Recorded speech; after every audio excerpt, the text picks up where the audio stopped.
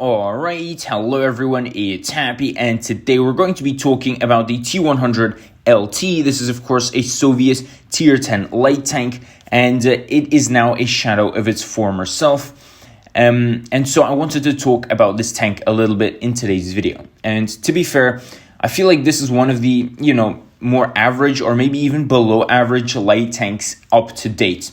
Because if we look at the other tanks that we have in the tier, there's the Vickers, which has tier 10, not tier 10, sorry. It has minus 10 degrees of gun depression. The Sheridan also has minus 10 degrees of gun depression, but it has that fat, juicy alpha at 560. So the gameplay is going to be super different and fun. Then there's the Bat Chat, which again has the updated drum, and it's a very strong medium these days as well. So then again, I really don't understand what the points of the T100 LT is at this point, because the WZ-132-1 also is a very similar tank to the T100 LT, but it has more DPM than the tank and better alpha. So to me, that's just very, very weird. The Vickers, again, for example, has more alpha than the T100 LT, even though the alpha is super similar.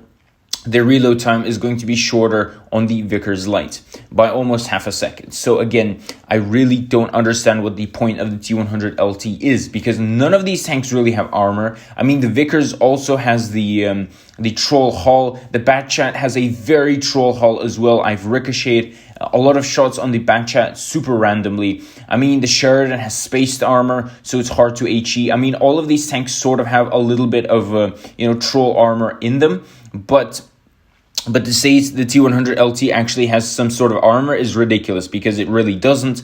And even then, it's been nerfed over and over again, so that this tank really has nothing. When it comes to the DPM, this tank used to be able to outshoot a lot of medium tanks, and now that is no longer the case, and that is not going to happen as of now.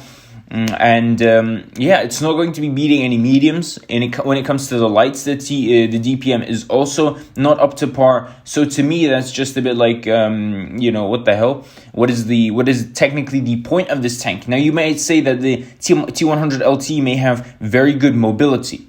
Well, I mean, the WZ-132-1 also has 67 kilometers forward. Well, the T100 LT has 68.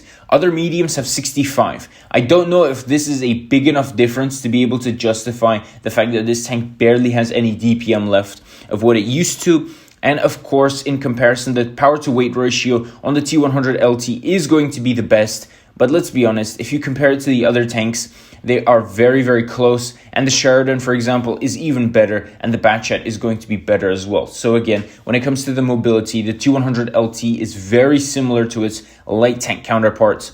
And so it doesn't really have that distinctive edge over the other mediums, which doesn't really make it stand out. It's just sort of a downgraded medium tank to me, in my eyes, because the other light tanks actually sort of have a fun role. Like the Vickers, you can sort of play with using your gun mantlet, your gun depression, your DPM. The Sheridan, again, is that big alpha boy who smacks you and then runs away, comes back, smacks you, runs away. I mean, I don't think even medium tanks have this sort of gameplay when it comes to the big alpha. The Bat Chat has probably one of the best drums when it comes to medium/lights, because of how good it is.